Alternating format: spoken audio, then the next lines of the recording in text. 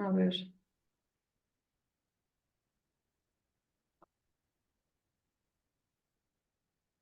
Estamos aquí en los martes de Economía Física de Lyndon LaRouche. Hoy tenemos la lectura número 4 del documento Operación Juárez. Vamos a abordar el capítulo de la geometría de la creatividad en el documento Operación Juárez. Bienvenidos a todos. Antes de eso, vamos a leer nuestra última declaración del Instituto Schiller, que se llama ¿Sabían o deberían haber sabido? Los gobiernos cómplices de genocidio no podrán alegar ignorancia en el próximo tribunal de Nuremberg. Entonces, voy a comenzar y si también alguien quiere leer, adelante. Lo que sigue es un resumen de la situación estratégica y lo que debe hacerse para dar marcha atrás de inmediato en la precipitación hacia una guerra genocida y global.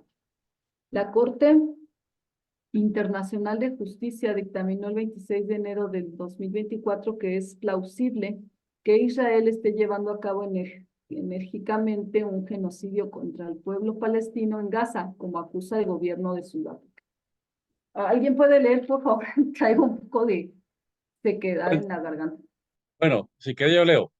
La Corte Internacional de Justicia ordenó además que terceros estados deben, por lo tanto, actuar también de manera independiente e inmediata para impedir el genocidio por parte de Israel y asegurarse de que ellos mismos no están violando la Convención para la Prevención y la Sanción del Delito de Genocidio al ayudar o asistir en la comisión del genocidio. Esto impone necesariamente a todos los estados la obligación de dejar de financiar y facilitar las acciones militares de Israel que son plausiblemente genocidas, como declaró el 31 de enero la ministra de Relaciones Internacionales y Cooperación de Sudáfrica, Naledi Pandor. Las sentencias de la Corte Internacional de Justicia son vinculantes para los gobiernos participantes y los funcionarios responsables de esos gobiernos. Y se le dio a Israel 30 días para informar a la Corte y documentar su cumplimiento de la orden de la Corte. En vez de seguir los requisitos de la Corte, Israel y sus principales aliados internacionales han despreciado arrogantemente esas sentencias desde el momento en que se emitieron, el 26 de enero de 2024. El mismo 26 de enero, el día en que se emitió la orden de la Corte Internacional de Justicia, los gobiernos de Israel y Estados Unidos se confabularon para suspender todo el financiamiento a la UNRWA,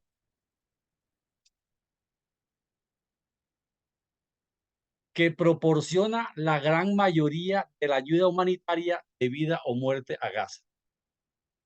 Con base en un dudoso expediente israelí que acusaba a una docena de empleados de la Agencia de Naciones Unidas para los refugiados palestinos en Oriente Medio, de los 13.000 que hay en Gaza y de los 30.000 que hay en la región, de trabajar con Hamas, un expediente secreto que aún no se ha hecho público.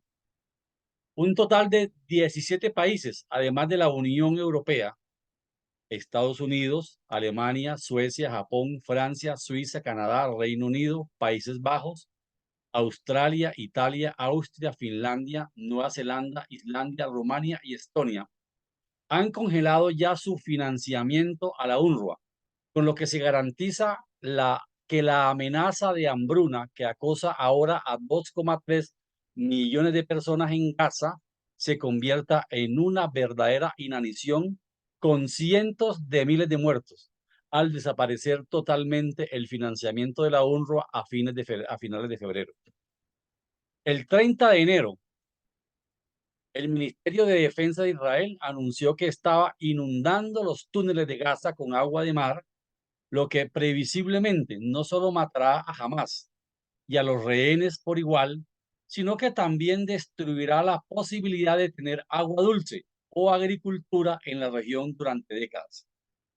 Desde el 4 de febrero, las fuerzas de defensa de Israel se encuentran en las afueras de Rafah, en el sur de Gaza, preparándose para lanzar un asalto militar a gran escala contra más de 1 millón de palestinos desesperados a los que la Federación de Defensa israelí han expulsado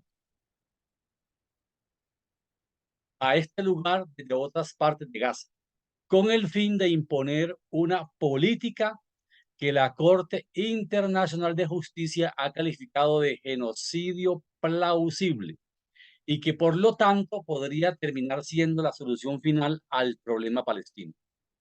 Las fuerzas militares combinadas de Estados Unidos y el Reino Unido, los dos países que más directamente son responsables de financiar, armar y desencadenar la actual guerra de despoblación israelí contra Palestina, lanzaron ataques aéreos durante el fin de semana del 3 y 4 de febrero contra objetivos enemigos seleccionados en Yemen, Irak y Siria, con la intención manifiesta de transmitir un mensaje de conmoción y pavor para aterrorizar al mundo entero hasta la sumisión. Estos acontecimientos amenazan ahora con extender la guerra en el sudeste de Asia a Irán y sumir a toda la región en una guerra que podría convertirse rápidamente en una tercera guerra mundial nuclear. Por lo tanto, es necesario que emprendamos de inmediato las siguientes acciones. Primero, manifestaciones.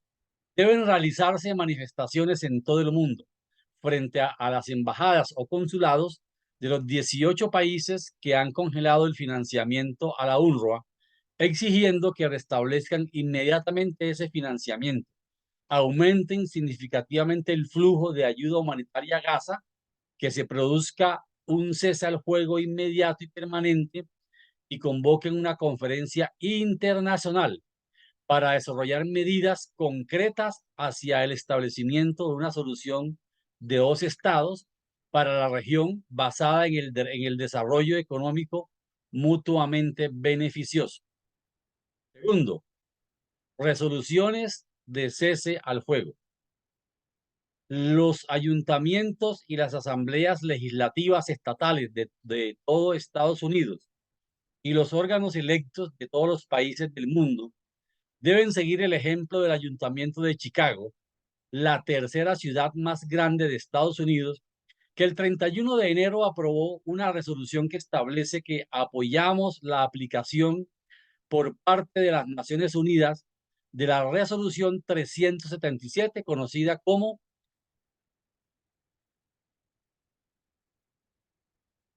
Unidos por la Paz, que convocó una sesión de emergencia de la Asamblea General que votó a favor de un cese al fuego humanitario inmediato en Gaza. Tercero, contactar representantes electos. Debería decirse a todos los congresistas y senadores de Estados Unidos que serán expulsados de sus cargos si no expresan públicamente su adhesión tanto a la Constitución de Estados Unidos como al derecho internacional que esta nación ha suscrito, incluidas las decisiones de la Corte Internacional de Justicia.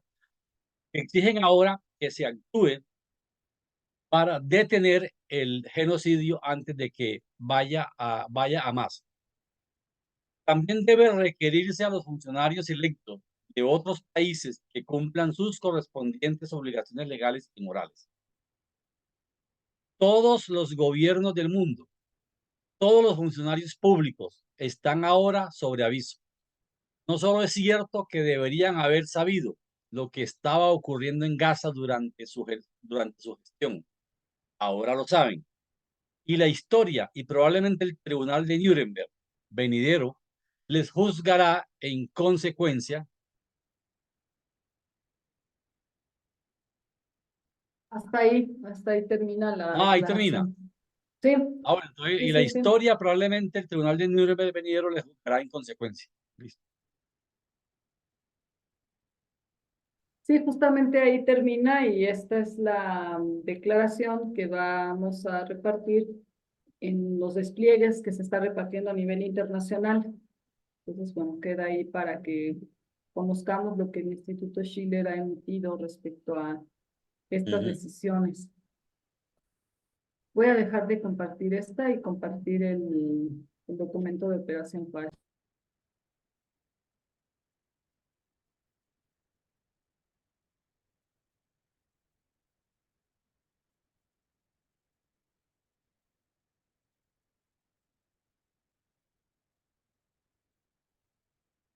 Listo. Nos quedamos más adelante en este subtítulo, la geometría de la vida mental creadora. Pero vamos a leer solamente unos párrafos antes para dar un poco de contexto. Y dice, si no hay innovación, voy a bajar este. Si no hay innovación, la sociedad necesariamente se va pudriendo y termina por venirse abajo. El trabajo repetitivo no puede sostener en y por sí mismo la existencia humana. Solo la constante innovación del carácter de la tecnología del trabajo le puede dar a la sociedad la capacidad que necesita para subsistir. El trabajo realizado por la totalidad de la fuerza de trabajo de una sociedad es el adelanto tecnológico neto del carácter del trabajo en la sociedad. Por eso medimos el trabajo como expresión diferencial parcial de segundo orden de la función potencial de la sociedad en su conjunto. Medimos la tasa de cambio de la tecnología de la producción en relación con la sociedad en su conjunto. Tomamos la tasa de cambio de cada uno de los componentes de la división de trabajo global como una expresión diferencial parcial de la función potencial correspondiente al adelanto tecnológico de la sociedad en su conjunto.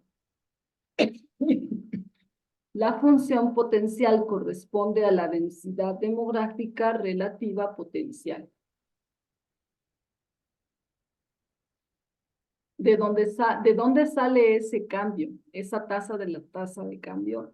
La fuente y origen de donde brota esa tasa de la tasa de cambio de la función potencial son las capacidades creadoras del espíritu humano.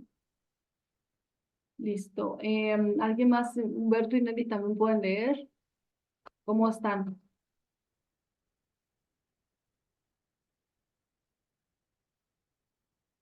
A ver si se escuchan. Ya. Bueno,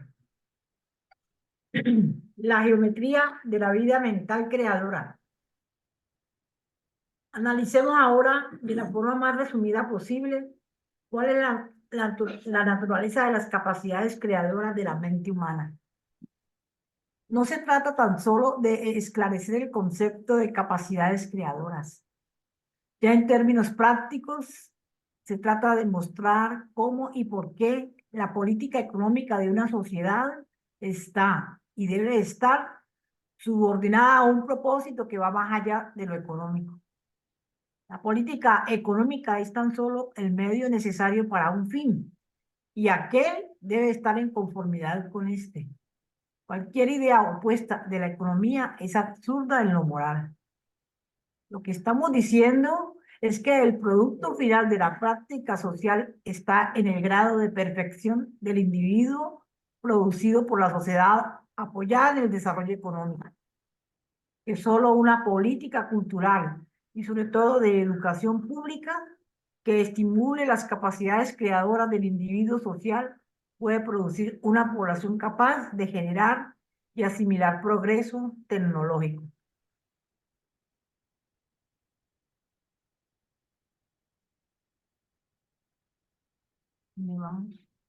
Allá. Veamos ahora qué lugar ocupa dentro de las experiencias y la actividad consciente del individuo social el pensamiento creador. La mejor manera de ilustrar el principio es mediante el examen de la relación entre el público y la obra teatral durante la representación de una tragedia clásica. Imaginemos por un momento un público inglés de 1603 que asiste a una de las primeras representaciones de Hamlet de Shakespeare, o a los primeros espectadores de Don Carlos, Guillermo Tell o la trilogía de Wallenstein en tiempos de Federico Schiller. Podríamos imaginar también a alguien en España leyendo El Quijote en la época de Cervantes. Imagínense a un Sancho Panza de verdad leyendo el Quijote. Pero concentrémonos en el público de Hamlet de 1603. En 1603 subió al recién creado trono del Reino Unido un títere de los genoveses, Jaime I. Su ascenso fue resultado de un sangriento golpe de Estado, ejecutado bajo la dirección de los Cecil y su matón, Francis Bacon, entre 1589 y 1603. Todas las esperanzas de la Inglaterra de los Tudor, de Sir Thomas More, de Robert Dudley, de Christopher Marlowe y demás se habían esfumado. Inglaterra era luego una nación conquistada, un coto de caza de los alcabaleros arrellanados en la City de Londres. La riqueza científica y tecnológica, la cultura de la Inglaterra de los Tudor, estaba en vías de destrucción.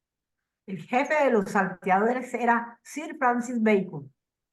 Es como si de repente hubieran impuesto en México a Jimmy Carter como presidente y toda la gavilla de usureros y matones trilateralosos de Manhattan anduvieran sueltos por toda la República, asaltando a los ciudadanos con ayuda de porros armados para cobrar los impuestos. El personaje, Hamlet, es la reina Isabel I Tudor. Hamlet es una versión estilizada de Isabel I, su mejor lado mezclada con los errores de Robert Dudley, etc. El tema de la obra es este: ¿cómo fue destruida la Inglaterra de los Tudor? Shakespeare pone en escena la conciencia de los sectores gobernantes de la Inglaterra de los Tudor junto con la imagen especular del público espectador. Los espectadores de 1603 observan su propia conciencia en el tablado. Lo que están viendo... No estoy viendo nada. No, Nelly, una disculpa. Es que lo bajé y se movió completamente todo. ¿Lo borró? Ahí estamos. Ah, Bueno. Me lo movió. Me lo movió. Bueno. Aquí vamos. Listo. Bueno, los espectadores de 1603 observan su propia conciencia en el tablado. Lo que están viendo es la manera en que la ideología imperante de la Inglaterra de los Tudor condujo a esta a su propia destrucción y conquista por los puritanos genoveses. Se ven a sí mismos comportándose como de costumbre, pero también se ven destruyéndose a sí mismos en la práctica por atenerse a su acostumbrada manera de responder la vida cotidiana. Al hacerlo reconocer su propia conciencia en el escenario y al ver esa conciencia desplegarse y desembocar necesariamente en tragedia, se hace que cobren conciencia de su propia conciencia. En ese momento ven que tendrán que cambiar su conciencia, o de lo contrario la tragedia se repetirá por siempre. Pero eso no es todo lo que ven. Asistidos por el teatro dentro del teatro, explicado por el soliloquio de Hamlet al final del segundo acto, ven a Hamlet cobrar conciencia de su defectuosa conciencia. Ven que Hamlet intenta cambiar así la conciencia del rey y de la corte, valiéndose para ello del método de la tragedia clásica. Solo que a medida que avanza la representación, también eso fracasa. No basta con cambiar la propia conciencia. Lo importante es la dirección que se le dé al cambio. En el aspecto psicoanalítico, el tema ha sido tratado por el doctor Lawrence S. Kubi en su neurótica distorsión de los procesos creativos de 1958. Kubi ubica la capacidad de cobrar conciencia de la propia conciencia ordinaria, cotidiana, en el preconsciente freudiano.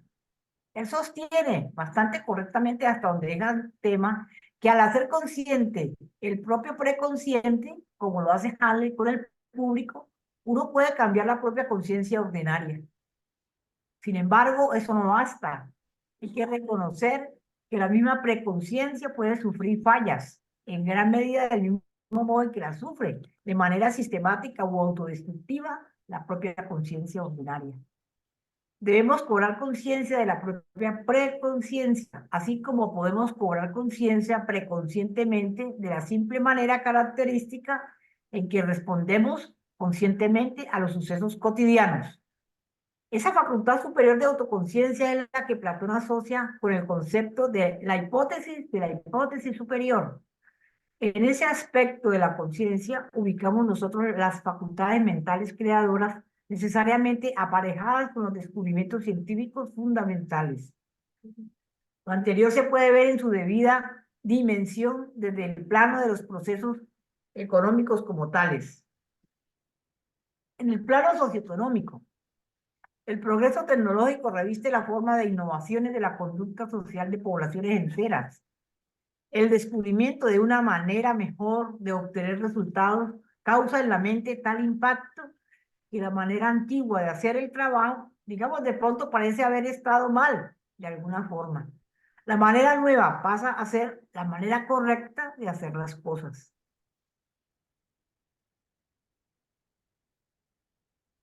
Pero aquí encontramos una dificultad.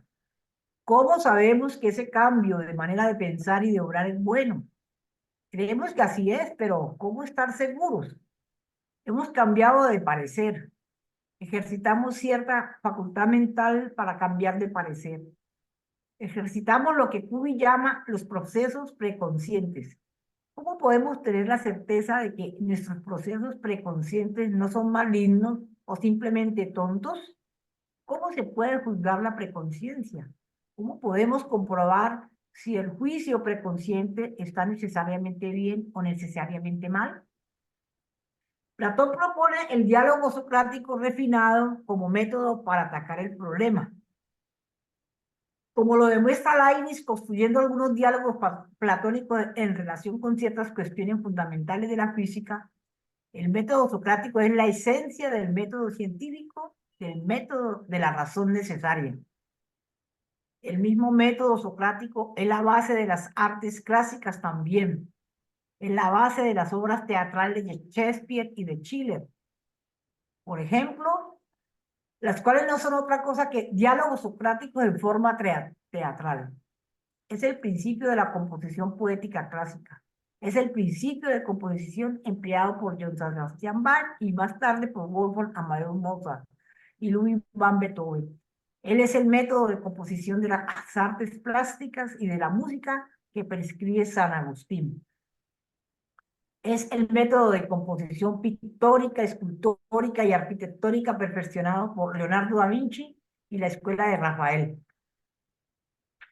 En toda obra clásica, sea literaria, musical o plástica, lo que caracteriza la relación de la obra con el público que hace cuerpo en la disposición interna de sus elementos es el mismo principio que emplea Shakespeare en Hamlet, apoyándose en el teatro dentro del teatro.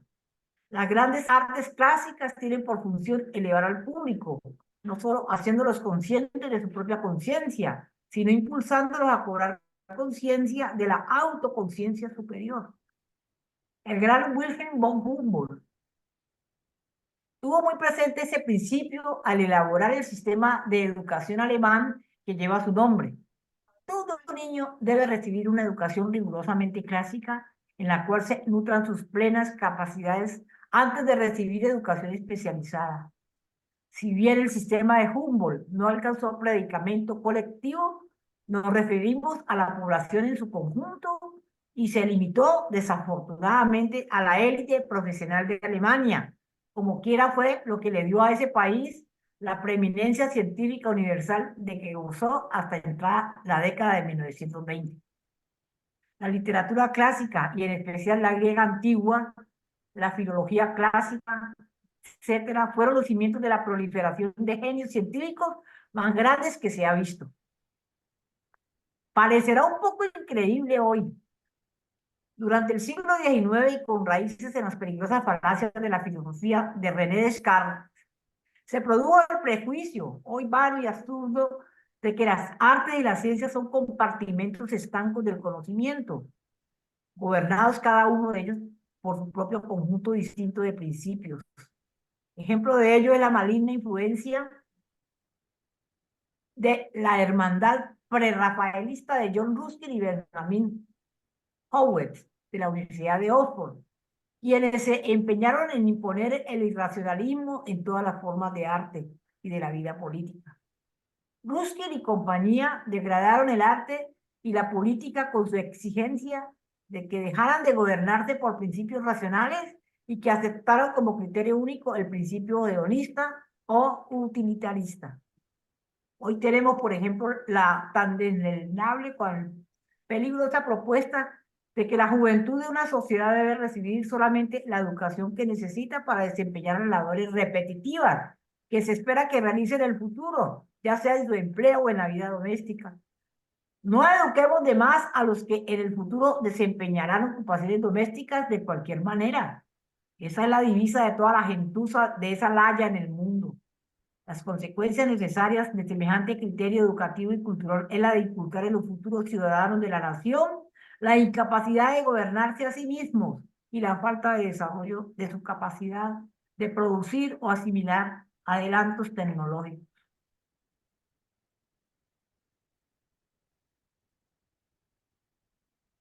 La función de la cultura clásica es, por lo que ya dijimos, alentar a los ciudadanos futuros a ubicar el sentido de identidad personal en la autoconciencia superior. Una población así educada para los 16 o 18 años de edad habrá adquirido ya un grado muy considerable de acceso a las capacidades del pensamiento creador. El joven que piense de esa manera, desde el punto de vista de la cultura clásica, para los 16 años ya tendrá la capacidad de convertirse en un pensador científico y en un futuro ciudadano de la mejor calidad en cualquier república. En el proceso de formar ciudadanos más nobles, lo cual es el propósito moral de toda república, también formamos seres humanos capacitados al máximo grado posible, hablando en términos relativos, para producir y asimilar adelantos tecnológicos. El hombre no es animal, no es un animal. Ese es el fundamento, la esencia de la educación correcta de la juventud, de la política de gobierno de cualquier nación. Si le enseñamos a los niños que el hombre es un animal, entonces, puesto que matamos y comemos reses, ¿qué tiene de malo matar y comer hombres? ¿Qué diferencia hay entre los hombres en su conjunto y los animales en su conjunto? Simplemente el comportamiento de los animales está determinado de antemano por herencia biológica. Un animal solo puede alterar su conducta dentro de esos límites. Sin embargo, ningún animal es capaz de ordenar conscientemente su conducta en cuanto a especie, como sí lo ha hecho el hombre en toda la cultura fructífera. Solo el hombre cuenta con la capacidad de autoconciencia superior, la capacidad de descubrir, con un grado siempre mayor de perfección, la razón necesaria de la composición del universo. En esa capacidad superior, todo recién nacido participa de una potencia divina. La función de la sociedad es nutrir esa potencia y hacer que lo divino llegue a imponerse sobre el irracionalismo hedonista del niño en la forma del individuo maduro. La maduración de la raza humana requiere ciertas mejoras de las condiciones materiales de la vida, en tanto condiciones materiales de la vida. Por ejemplo, ¿cómo se puede lograr que cada joven de 16 a 18 años haya recibido una educación clásica si la productividad y la esperanza de vida de la sociedad es de 40 o 50 años? Para seguir produciendo individuos de generaciones sucesivas y para proporcionar las condiciones materiales de vida a nivel individual indispensables para cultivar debidamente la potencia divina de esas generaciones, es indispensable mejorar la tecnología en cierto grado. Pero hay otra consideración. El conocimiento de las experiencias repetibles no es conocimiento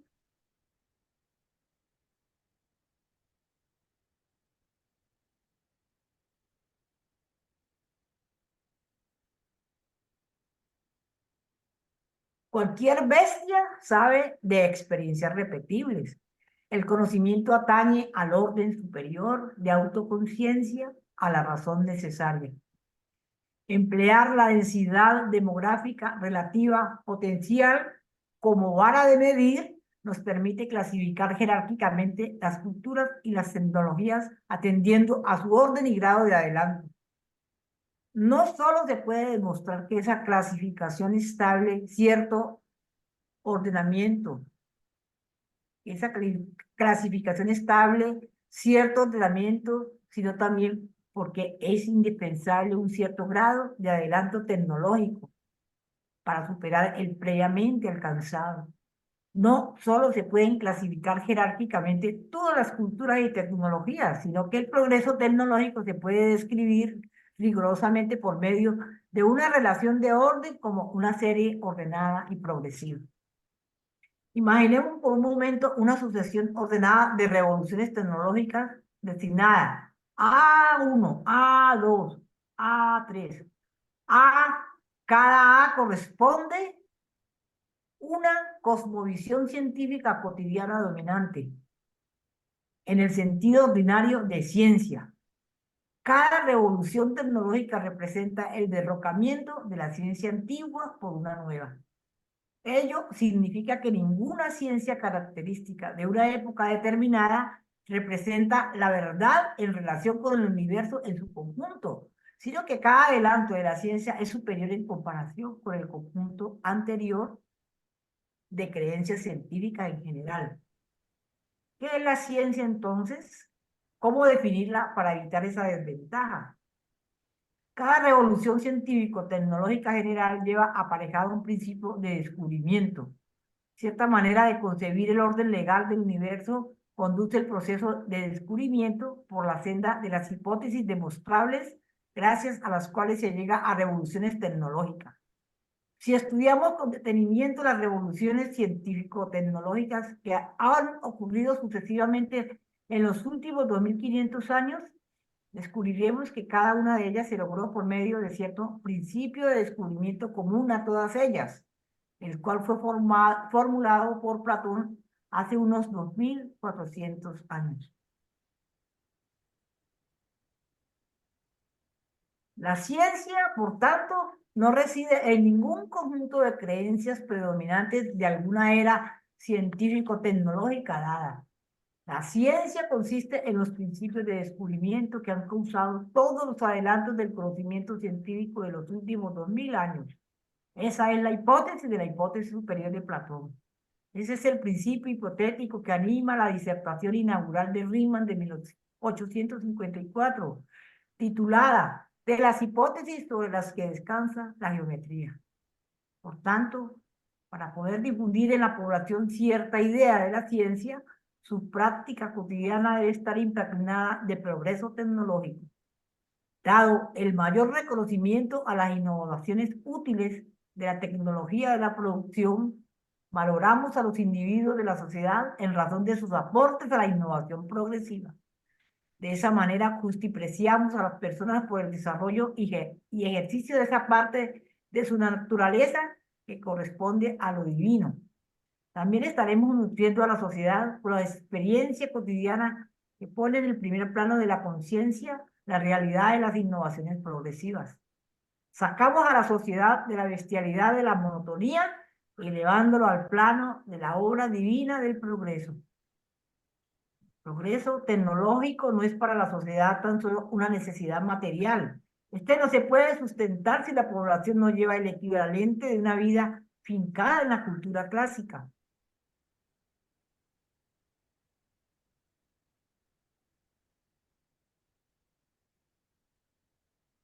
Pues el progreso tecnológico es parte de ella.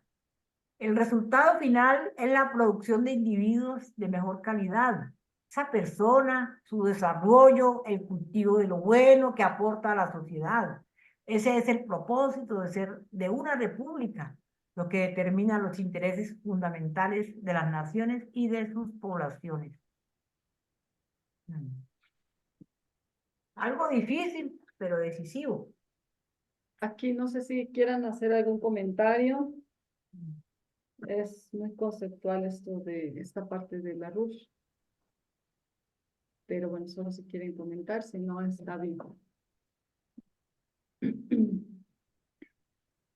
Toda esta parte, ¿no? Él habla de, desde Las dos lecturas anteriores habla de lo que es realmente la ciencia, ¿no? Cómo resolver, cómo abordar esta aparente paradoja de que cuando hay un nuevo descubrimiento, la base axiomática anterior queda por default siendo errónea y la siguiente es la correcta. Parece que esto no termina. Nunca es verdadero lo que es verdadero en ese momento. Sin embargo, Larouche habla de que esto es la tasa de cambio constante. Y en la ciencia aborda qué es la ciencia para que podamos entenderla de una mejor manera. Y otra vez, o sea, algo que podemos ver que es el corazón del trabajo de Larouche es el descubrimiento de principios físicos universales. Y esto conectado, ¿cómo se hace ese descubrimiento de principios físicos universales? Se conecta a una hipótesis. Por eso hace tanta referencia al método de Platón, en donde tenemos la hipótesis y después la hipótesis de la hipótesis y después la hipótesis de la hipótesis superior, en donde esto es una cadena, está concatenado, en el que si la hipótesis principal no es correcta, simplemente no podemos continuar.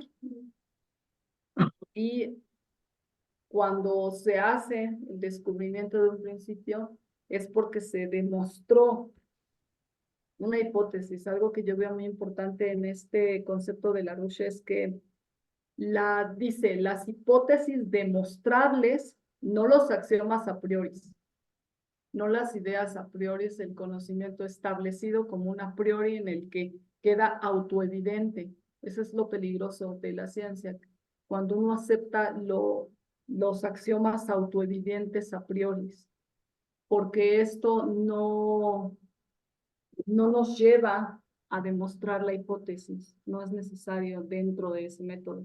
Y Larouche plantea siempre algo que es totalmente contrario, que es la hipótesis demostrable, dice Larouche, que nos lleva a las revoluciones tecnológicas, porque es un nuevo principio el que se descubre al hacer demostrable esa hipótesis superior. Y unido a eso, cómo vuelve individuos de mejor calidad. No solamente es el avance tecnológico como una cuestión material, sino cómo esto mejora al individuo, o es el resultado de individuos de más calidad en términos humanos. Bueno, solo comentar eso. No sé si quieren comentar algo o continuamos.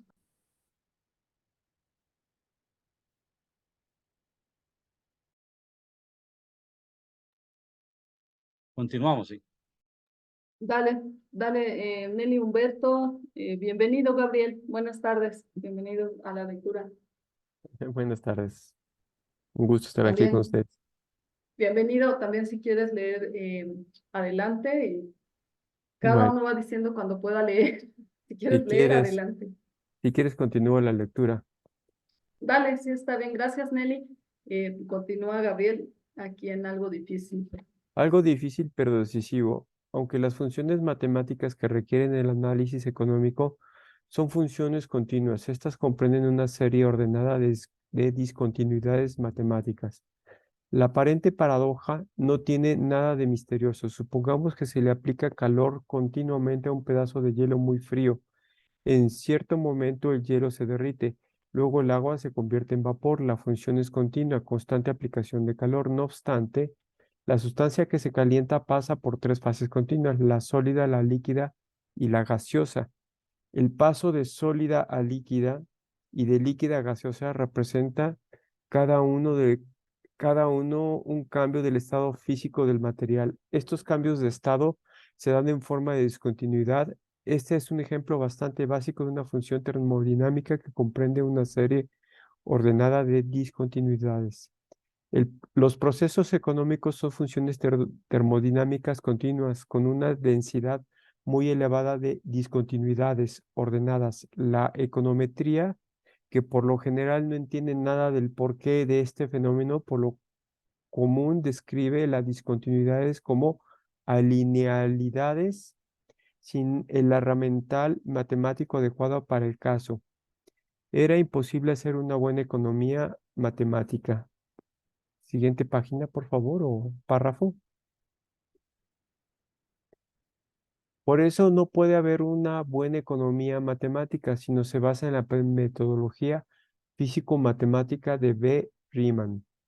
En la profesión, la física de Riemann tiene la falsa reputación de ser esotérica, pero en realidad cualquier graduado de bachillerato debidamente instruido puede comprender correctamente todos los aspectos esenciales de la física de Riemann.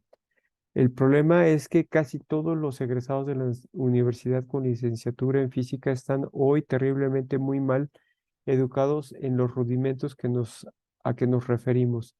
Dichos profesionales se complican la vida innecesariamente en relación con la física de Riemann, al exigir que ésta se explique de manera tal que incluya supuestos axiomáticos contrarios a su naturaleza y que, de hecho, ya hace mucho que se demostró que son absurdos.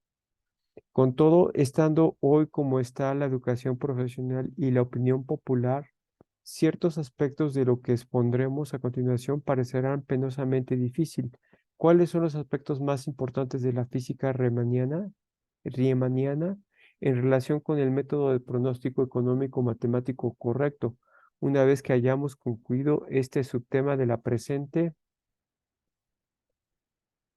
introducción, habremos tocado todos los elementos esenciales que necesita el lector para justipreciar la capacitación de este autor en el campo que nos ocupa. Concluido ello, el resto del capítulo introductorio presente está dedicado a señalar razones más importantes por las que todas las versiones contrarias de economía política y la econometría producen resultados absurdos. El estudio del electrón por Edwin Schrödinger, el encendido de la fusión termonuclear por compresión isentrópica y la comprobación de los cálculos de Riemann con respecto a las explosiones sónicas, todo ello ha demostrado en la práctica que el universo... ay Dios, ya se me movió. Todo ello ha demostrado en la Dame un práctica... segundo, porque si ya lo encontraste, es que se Sí, me ya. quitó mi Sí, video. todo ello ha demostrado en la práctica que el universo es riemanniano y no como lo pensaron Bacon, Descartes, Newton, Cauchy o Maxwell. Salvo en un aspecto muy importante, las afirmaciones de Einstein al respecto siguen siendo correctas en lo social hasta la fecha. En la historia de la ciencia moderna, empezando con el cardenal Nicolás de Cusa y Leonardo da Vinci en el siglo XV, ha habido, empezando con Francis Bacon y el hermetista espiritista Flood, dos definiciones de física matemática que en el fondo son irreconciliables. Todos los aportes fundamentales en la materia, empezando con los de Johannes Kepler, van unidos a nombres como Pascal, Huygens, Leibniz, Bernoulli, Euler, Monge, Carnot, Gauss, Lagrange, Dirichlet, Weber, Riemann, Weierstrass, Cantor, Max Planck, Felix Klein, etc. Y constituyen lo que a la usanza británica ha dado en llamar, a partir de fines del siglo XVII, entre comillas, ciencia continental. La escuela opuesta, jesuita, poesítica o cartesiana, Bacon, Flood, Newton, Cauchy, Maxwell y demás, la llamada escuela délfica, encuentran sus máximos exponentes en el empirismo británico y el positivismo radical de Viena. No se conoce ningún aporte fundamental en el campo del conocimiento científico humano que haya sido generado por esta última facción délfica. La escuela de profesionales formados en el empirismo desde luego ha aportado importantes descubrimientos en el campo de la llamada física matemática aplicada. Rutherford es un buen ejemplo de ello. En el siglo XX, en ocasiones ha realizado excelentes obras de ingeniería. La siguiente página, por favor. Un segundo, a ver, voy a dejar de compartir, es que ya no me veo, no veo a nadie. A ver, voy a compartir, que me sacó de la imagen. Aquí está, vamos a compartir. Ah, listo, listo, a ver, voy a ver la siguiente página. Ujú. Ahí, No ¿no? obstante, estamos en la Ujú. última. Ajá. A ver. No obstante, No, es que es decía más arriba, ¿no? un poquitito más arriba, sí. Un poquito más. Mm, Sí, es que me movió. Este ya lo habíamos leído. sí, esto ya. Aquí está, Ahí está, aquí está. ¿no? Ajá. No obstante. A ver, aquí te lo marco. No Para obstante, al porque examinar. perdí a todos. Ah, listo. Ajá. Ok, vuelvo. La Escuela de Profesionales formados en el empirismo, desde luego, han aportado importantes descubrimientos en el campo de la llamada física matemática aplicada. Rutherford es un ejemplo de ello. En el siglo XX, en ocasiones han realizado excelentes obras de ingeniería. No obstante, al examinar la lista de descubrimientos científicos fundamentales en los últimos 500 años, encontramos que todos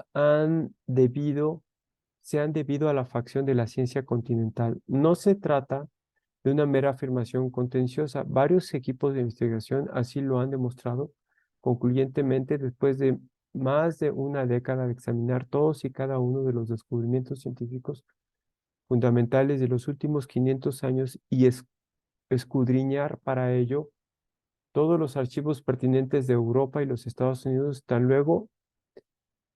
luego se deja de lado la charlatanería de fuentes de tercera o cuarta mano, como los libros de texto actuales, y se pasa a examinar los escritos mismos de los científicos de la época en la que se realizaron verdaderamente los descubrimientos. La conclusión es terminante. La mistificación del conocimiento científico tan generalizada hoy en día se debe principalmente a que se exige que el contenido de la ciencia se explique con verosimilitud, es decir, délficamente, en función de los falsos supuestos implícitos de los dogmas de la facción empirista positivista de Descartes, Cauchy-Maxwell. No entraremos en detalles al respecto, desde luego, pero sí es necesario señalar el problema.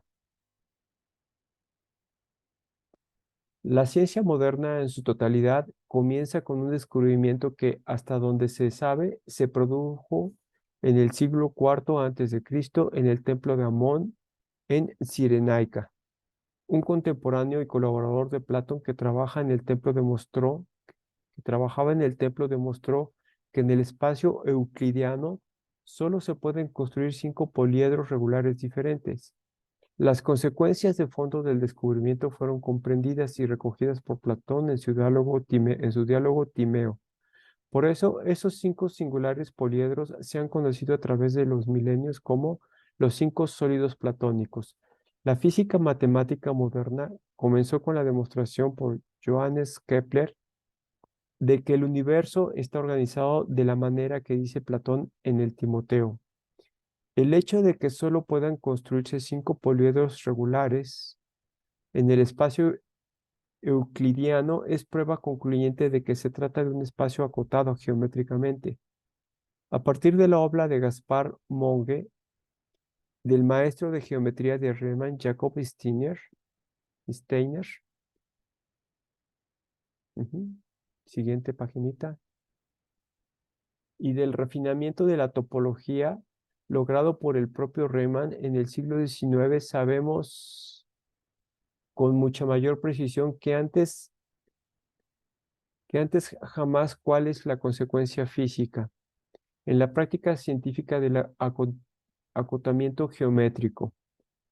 El espacio euclidiano lo sabemos en el espacio visible del espacio-tiempo que vemos. Eso es lo que debería significar espacio euclidiano y nada más. Los métodos de la geometría sintética de Steiner son la clave para entender lo que estamos diciendo. Descartamos todo axioma, todo lo postulado, todo método de prueba deductivo, todo teorema de todo LQQD de los elementos de Euclides. Solo lo que podamos lograr por construcción, apoyado en los principios de rigor que dictó Steiner, a la construcción geométrico-sintética, queda demostrado para el conocimiento. Eso y nada más es lo que deberíamos querer decir por espacio euclidiano. Las limitantes de lo que podemos construir a lo que no podemos construir mediante los métodos geométricos sintéticos de Steiner son la base de lo que denominamos acotamiento geométrico del espacio-tiempo euclidiano, como se lo recalcó Riemann al gran científico italiano Betti, estudiante y colaborador suyo en la década de 1860. La demostración empírica de ello fue dada en su totalidad por la obra de Johannes Kepler. Solo desde el punto de vista y desde ningún otro se puede determinar el problema y la solución de los aparentes alinealidades de los procesos económicos. Siguiente página, por favor. 9 que habla ahí de Kepler. 9. Sí. Ah, la nota. Anota. Ajá, déjame, yo la leo aquí porque están súper escondidas las notas hasta atrás. Dame un segundo, por favor. Aquí lo tengo impreso para leer la nota.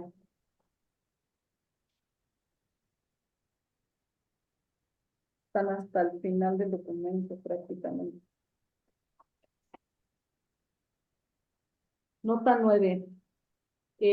Mysterium Cosmographicum, la nueva astronomía y la armonía de los mundos son los principales libros de Kepler.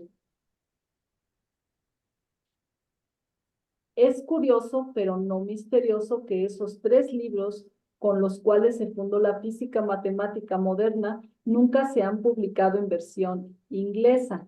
Lo que es más, la manera en que comúnmente se representa en libros de texto en inglés, la labor lograda en ellos es completamente falsa y fraudulenta. Bueno, Vaya. ya están en inglés, pero en español no, ni nada más el misterio. Ok, esa es la nota. Continuamos. Ujú. El inspirador de la ciencia moderna fue el cardenal Nicolás de Cusa.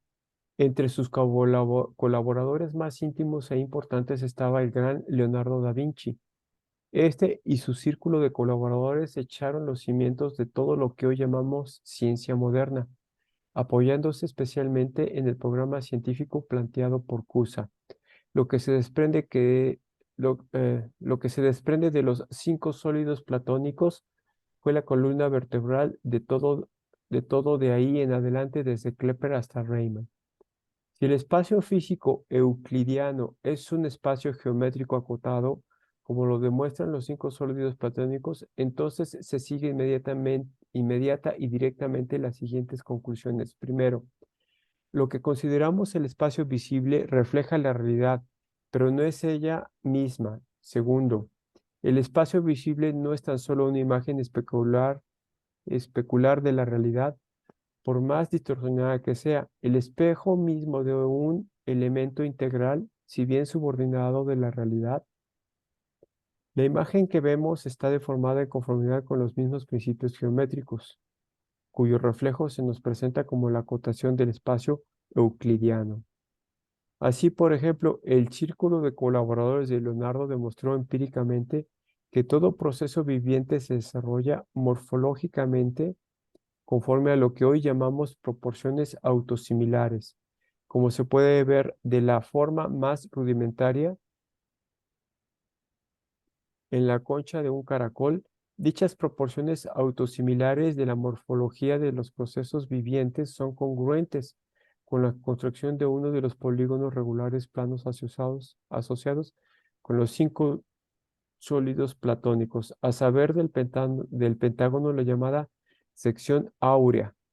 Es característica de la composición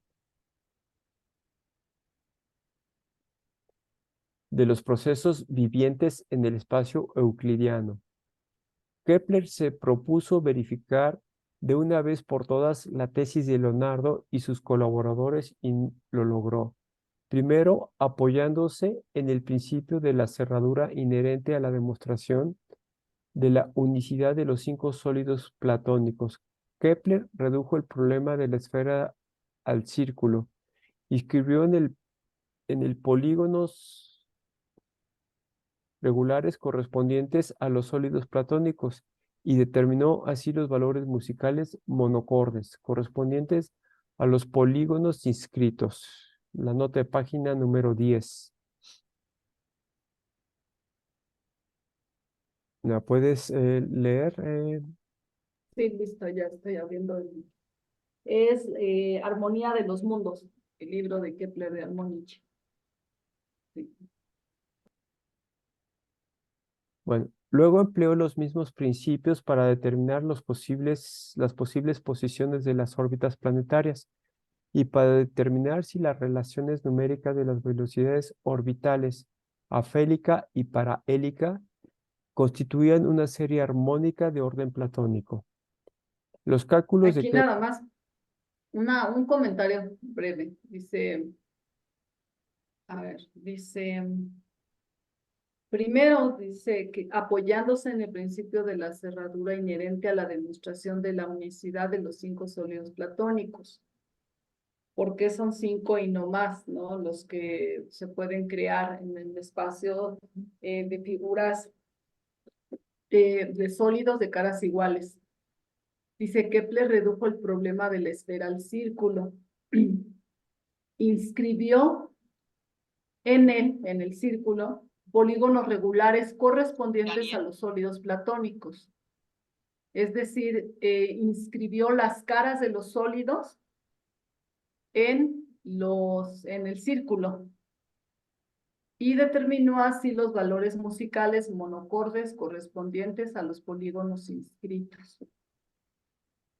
Esta parte hace referencia aquí al armóniche, porque Kepler es curioso, pero después de leer el libro y lo que estuvimos trabajando en algún momento, que vamos a retomarlo, de los sólidos platónicos, uno pensaría que la base para que Kepler abordara el tema de la gravitación universal fueron los sólidos platónicos, que fue su descubrimiento en esa relación, es decir, relacionar los sólidos platónicos a cada planeta, sin tomar en cuenta la Tierra.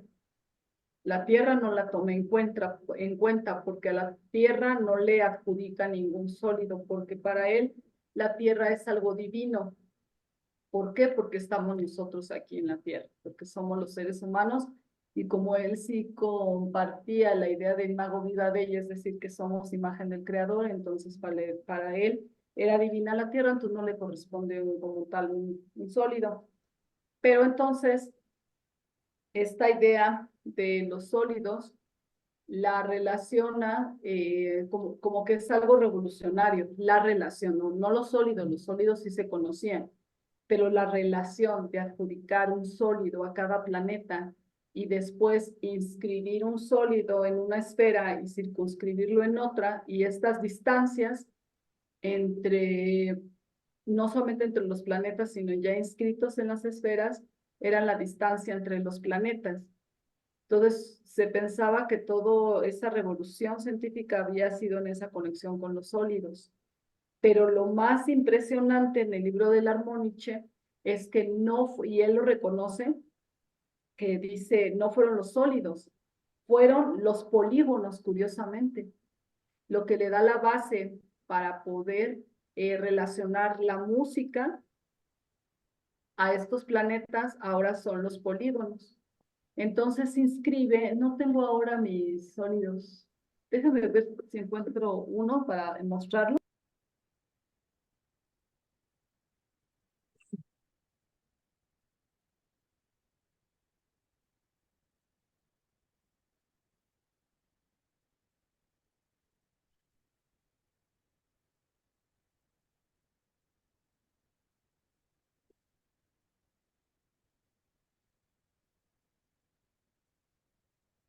No. Unos se deshicieron y otros no los tengo, pero a ver si los podemos traer para la siguiente. O ahí, Humberto y Nelly, por favor, ustedes tienen ahí sus sólidos, ¿no? Los he visto. Esto para mostrar, Gabriel, del taller que hicimos de los sólidos platónicos, abordando toda la idea de Kepler. Los construimos, sacamos sus diagonales, sacamos la esfera inscrita y circunscrita. Esos son los que construyeron, se hicieron de papel, que es un show completamente, es muy interesante. Este Octaedro, es ¿no? De 8, el octaedro, ahí está el octaedro de papel, el dodecaedro, el cubo, el cubo, ajá, el dodecaedro, de Dodecaedro. los lados pentagonales, ajá, Y este es el y icosaedro. ahí está el icosaedro de un pentágono también. Y entonces, lo que quiero ver, por ejemplo, ¿podrías, por favor, Nelly, poner el dodecaedro para ver su cara? Gracias.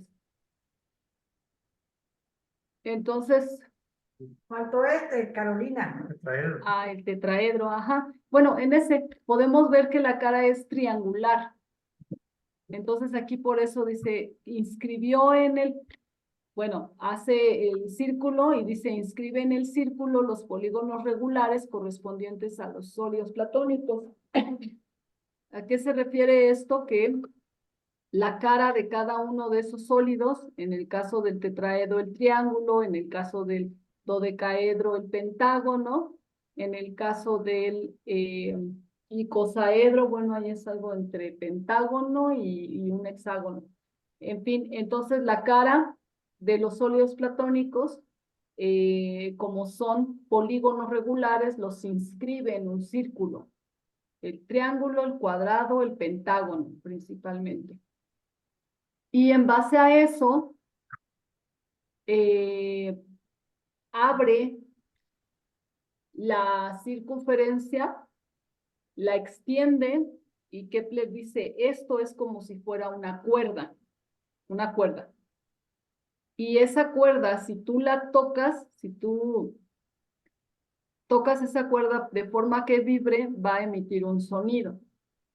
Y entonces empieza a buscar y empieza a hacer un ejercicio con Pitágoras, que por supuesto después Kepler mejora, por supuesto el trabajo de Pitágoras lo mejora, o le da una aportación mucho más conceptual, en donde si tú tocas la cuerda, dependiendo la longitud de la cuerda, va a ser un sonido más grave o un sonido más agudo. Si la cuerda es corta, ¿cómo es la vibración? ¿Cómo es el sonido cuando la cuerda es corta? Pues debe ser más agudo, ¿no? Más agudo. Y si la cuerda es más larga, es un sonido más grave. Ujú. Entonces, esto lo relaciona, ¿qué tiene que ver esto con los planetas? ¿Qué tiene que ver esto con el descubrimiento de la gravitación? Es parte de su trabajo, porque él relaciona, así como hay una correspondencia con una longitud larga y una vibración, un sonido agudo quiere decir una vibración mucho más amplia, más rápida. Y una cuerda larga implica una vibración como más lenta y más grave, ¿no? Más corta la amplitud de onda. Entonces, él plantea que así es el movimiento, o esta es la relación del movimiento de los planetas, el movimiento orbicular de los planetas, el movimiento alrededor de la órbita. ¿Cuándo va más rápido el planeta? Cuando su distancia al Sol es más larga o más corta. Va más rápido cuando es más corta, ¿no? Cuando su distancia es más corta, el planeta va más rápido. Y cuando su distancia es más larga, el planeta va más lento. Entonces aquí empieza, este es el planteamiento y de ahí empieza a decir por qué. Si es bueno, ¿por qué? ¿No? Porque Kepler siempre pregunta por qué. ¿Por qué el planeta va más rápido cuando está más cerca? ¿Por qué va más lento cuando está más lejos? Y aquí otra cosa, solamente mencionar este punto, y la otra cosa que quiero comentar es esta. Dice, luego empleó los mismos principios para determinar las posibles posiciones de las órbitas planetarias y para determinar si las relaciones numéricas de las velocidades orbitales constituían una serie armónica de orden platónico. Él hizo inclusive el sonido, ¿no? A cada planeta le adjudicó un acorde. Entonces, algo nada más que quiero ya para terminar esta idea mencionar es que aquí dicen afélica y parahélica, no sé si así se diga, pero es afelio y perihelio, ¿no? Afelio y perihelio, que es la distancia más lejos o más, cuando está el planeta más lejos o más cerca del Sol. Pero aquí quiero comentar cómo Kepler fue el que hizo esta revolución del cambio, como dice Larouche. Primero se hace el descubrimiento y luego el lenguaje se va construyendo para explicar ese descubrimiento. Y antes de Kepler no se decía afelio y perihelio, se decía apogeo y perigeo. ¿Por qué? ¿Por qué se decía así?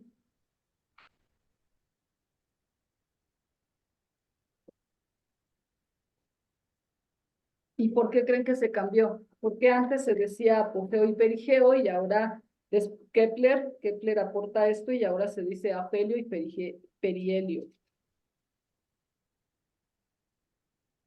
Pues perihelio debe ser porque está en la parte externa, ¿no? Y tiene que ver con las longitudes, ¿no? Más lejanas. Como que tiene que ver con la misma, con el mismo concepto que aquí se está planteando, ¿no? O que no tiene que ver, no tiene que ver, lo afélico tiene que ver con el Sol y parahélico. Y apogeo es con relación a la Tierra. La Tierra. Exactamente, es lo que vimos justamente. Estaba buscando aquí la nota donde hacen ese hincapié en la aportación de Kepler, pero para no tenerlos aquí se los voy a poner a la siguiente.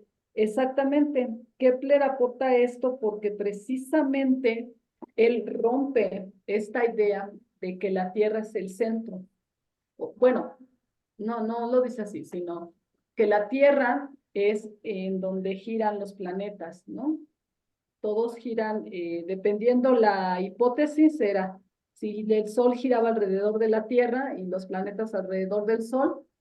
Entonces Kepler plantea que no es así, que en realidad los planetas giran alrededor del Sol, incluyendo la Tierra. Por eso él ahora le llama apogeo, y digo, afelio y perihelio.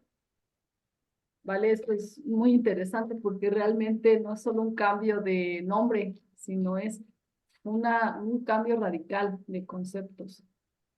Bueno, eso quería mencionar. ¿Quiere alguien comentar algo al respecto? Y si no, continuamos. Nos quedan unos minutitos.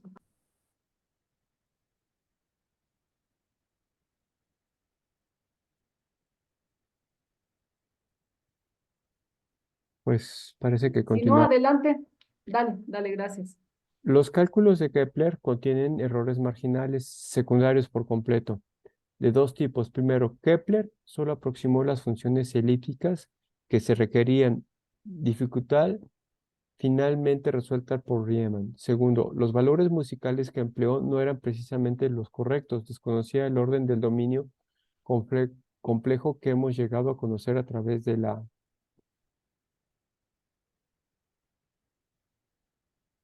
labor de Lagrange, Gauss, Dirichlet y Riemann en especial. Si se repite el método de Kepler en el dominio complejo, se pueden derivar los valores armónicos mediante métodos geométricos sintéticos. Nota de página 11.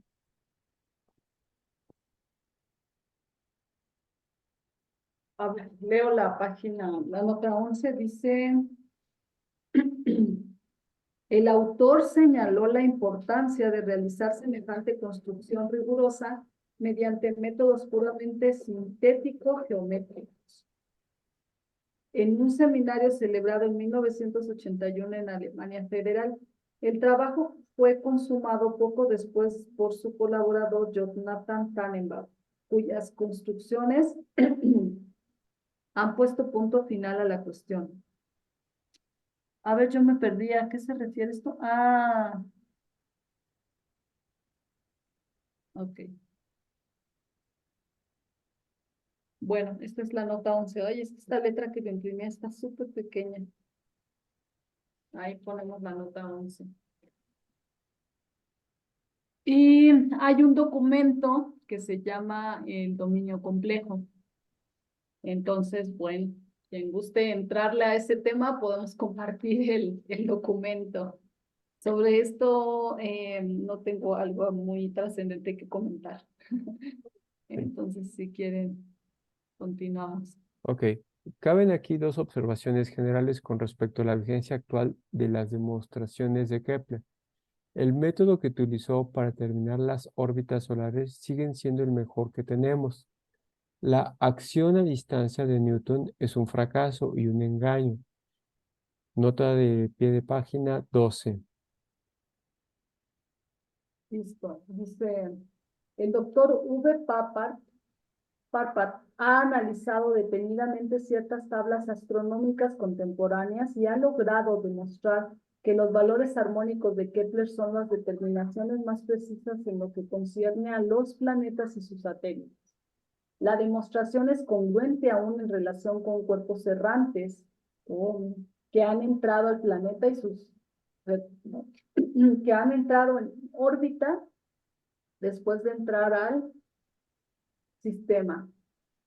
La invalidez de cualquier método que se base en la acción a distancia o cosa parecida se pone de manifiesto por el hecho de que el problema de los tres cuerpos es inherente al sistema newtoniano, en tanto que el kepleriano no supone ningún problema parecido. Ok, esa es la nota 12. De hecho, esta es una de las causas por las que la física newtoniana no fue realmente de mucha ayuda para los viajes espaciales en Estados Unidos, ¿no?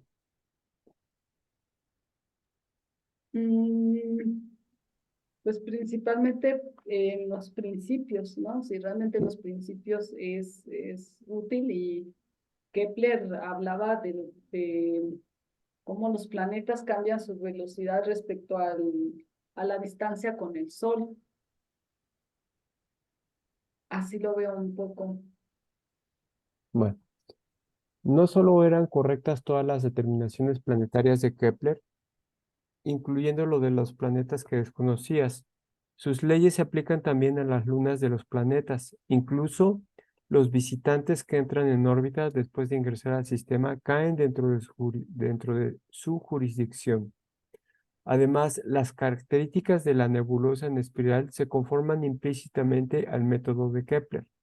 Y la tercera ley de este, derivada conforme a la misma metodología de la que las demás, se aplica incluso a la rotación de la galaxia y del sistema solar mismo, como lo han demostrado ciertos astrónomos mexicanos. De mayor importancia aún es que Kepler haya demostrado que debió haber existido un planeta que se desintegró en cierto momento en la misma órbita que hoy conocemos como el cinturón de asteroides,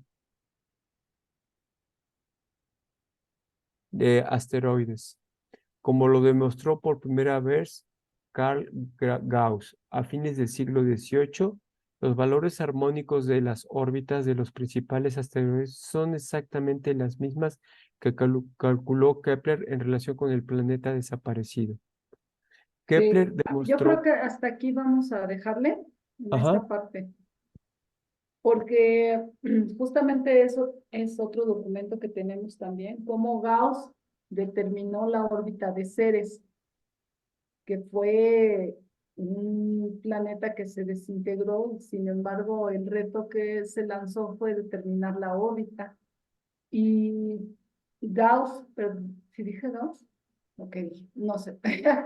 pero Gauss determina esa órbita del planeta con solamente 3 puntos, 3 posiciones. Daniel Mendoza Leal, el creador de la Entonces, serie. bueno, solamente para poner Quiero como este abogado, reto que periodista. hace, que se lanza en ese tiempo de Gauss, cómo él resuelve. Esto es algo que ahí la verdad tenemos pendiente de trabajar, creo que es muy interesante. Hay una pedagógica justamente, aquí estoy anotando la órbita de Ceres, cómo lo hace Gauss. Es algo muy interesante. Voy a poner aquí la fecha en la que hoy estamos dejando la lectura, que es 06.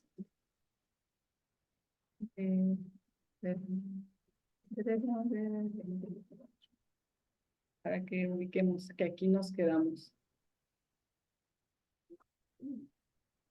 Porque dicen el planeta desaparecido. Un segundo. Listo. ¿Cómo ven? ¿Qué les pareció? Pues eso es el tema de la geometría de la mente creativa. Así es como comenzó este subtítulo. La geometría de la mente creativa y continuar. Ahí nos vamos a quedar. Y bueno, ¿quieren hacer un último comentario para cerrar la lectura del día de hoy?